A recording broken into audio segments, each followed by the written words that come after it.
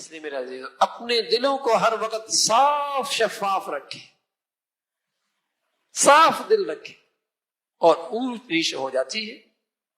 ہاں مزاج مختلف ہوتے ہیں، اونچ نیچ ہو جاتی ہے. یہاں تک کہ حضور علیہ الصلوۃ والسلام کے گھر کے اندر بھی اونچ نیچ ہوئی. چند دن تک حضور گھر سے باہر رہے، ہاں، لیکن الحمدللہ پیارے نبی نے سبق دیا، ارے جب گھر میں رہتے ہیں تو اونچ نیچ ہو سکتی ہے، لیکن درگزر معافی درگزر پھر زندگی محبتوں والی گزرنے لگتی. مزاج میں حضرت صدیق اکبر اور حضرت عمر رضی اللہ تعالیٰ عنہ کے مزاج میں فرق تھا. ہاں دو چند مرتبہ طبیعت کے اندر فرق بھی آیا، لیکن اللہ کا خوف غالب تھا، آخرت کی فکر غالب تھی، نبی کی تعلیمات آنکھوں کے سامنے تھی.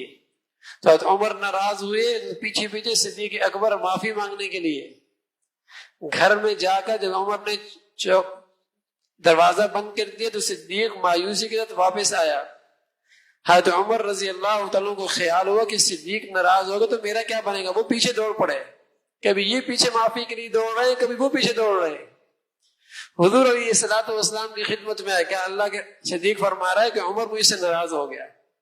حضرت عمر فرما رہا ہے اللہ کے رسول صدیق مجھ سے ناراض ہو گیا، ان کے بولو مجھ سے راضی ہو جائے. سبحان اللہ. تو اونچ نیچ ہو جائے گی، گھر کے اندر بدتنے آواز آ جائے گی، لیکن اللہ کا خوف ہے تو یہ اس کا تو تعلق رہ نہیں سکتا. ہاں یہ نفرتیں رہ نہیں سکتی، یہ رنجشیں رہ نہیں سکتی. کشیدگی ختم ہو جائے گی، یہ رنجشیں ختم ہو جائیں گی اگر اللہ کا خوف موجود کہ رب کی رحمت روٹ جائے گی، ایمان کا نور نصیب نہیں ہوگا. جتنے بھی تہجد پڑھتے رہیں، تسبیحات پڑھتے رہیں، تلاوتیں کرتے رہیں، لیکن دلوں کے اندر کینہ اور بغض بھرا پڑا ہے تو کوئی نور نہیں ملنا، کوئی نور نہیں ملنا. اس لیے میرا عزیزو اللہ کے لیے ایک دوسرے کو درگزر کر دیا گیا، واعفو عنہ، معاف کر دو.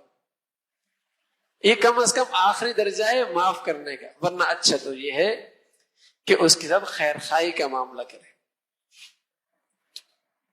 اس لیے لکھا ہے کہ اگر کسی کا نقصان ہو اور دل کے اندر خوشی پیدا ہو کہ اچھا ہوا اس کا نقصان ہوا، دل کے اندر خوشی پیدا ہوتا ہے، یہ اچھا ہوا اس کا نقصان ہو گیا.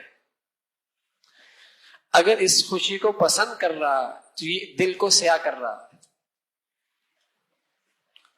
اور کسی کے نقصان پر دل میں خوشی تو پیدا ہوئی، لیکن یہ خوشی کیوں پیدا ہوئی یہ پسند نہیں کر رہا، یہ پتہ نہیں کیوں خوشی ہو رہی ہے اس کے نقصان پر، پسند نہیں کر رہا، لیکن پھر بھی دل خوش ہو رہا ہے اچھا ہوا نقصان ہوا.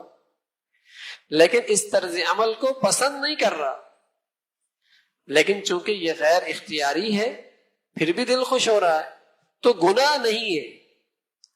لیکن یہ خاصیت بھی اچھی نہیں ہے. کیوں خوش ہو رہا ہے؟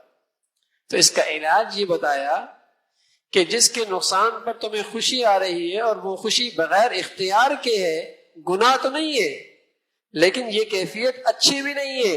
اس لیے اس کا طریقہ یہ ہے کہ ہمیشہ اس کو اپنی دعاؤں میں یاد رکھا کرو کہ اے اللہ تو اسے اور ترقی نصیب فرما، کہ طبیعت کے اندر جو قدرت تھی اس کے بارے میں وہ آہستہ آہستہ زائل ہو جائے اور وہ کیفیت بھی ختم ہو جائے.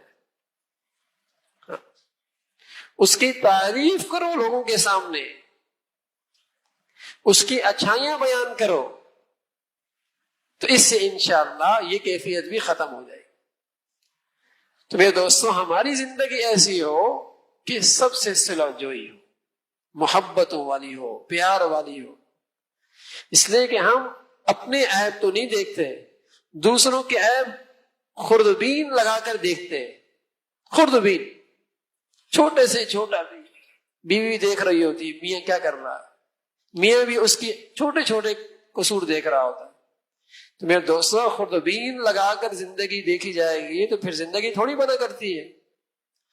زندگی تو بنتی ہے اس کی خوبیاں دیکھ کر، مثبت سوچ رکھ کے، اچھائیاں دیکھ کر. ارے کچھ نہ کچھ کمزوریاں تو سبھی کے اندر ہوتی ہیں. کون ایسا ہے جو ہر قسم کی کمزوریوں سے پاک ہے. اگر یوں زندگی گزارنے لگو گے تو گھر کبھی آباد نہیں ہوں گے. ہاں اپنی کمزوریاں خوردبین لگا کے دیکھو، یہ ترقی کی علامت ہے، یہ بڑائی کی بات ہے. دوسروں کی زندگیاں مثبت انداز میں دیکھو، اچھائیاں دیکھو کہ جو اب تک کر رہا. تو یہ انداز ہے میرے دوستو گھروں کو آباد کرنے کا اور اپنی زندگیوں کو نفرتوں سے پاک کرنے کا.